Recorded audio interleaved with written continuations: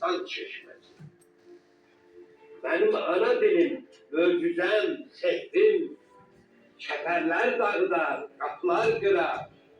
Bazen birce kelime, en derin fikrin üstüne nur salıp cilalandırar.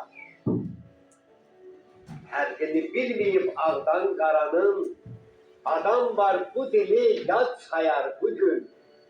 Dedesi bu dilde cephe yaranın, özü özge dilde bağlayar bugün. Hansını söyleyeyim, ismi, demir mi, yalnız öz sesiyle cingil demir mi? Biz sesi benzemez demir sesine, onların dilidir onların sesi. Benzemez bülbülün teranesine, karga karıltısı, hop hop gelmesi. Ne yarpak, ne külek, ne metal, ne kuş seslenmir, okumur özlerimizde.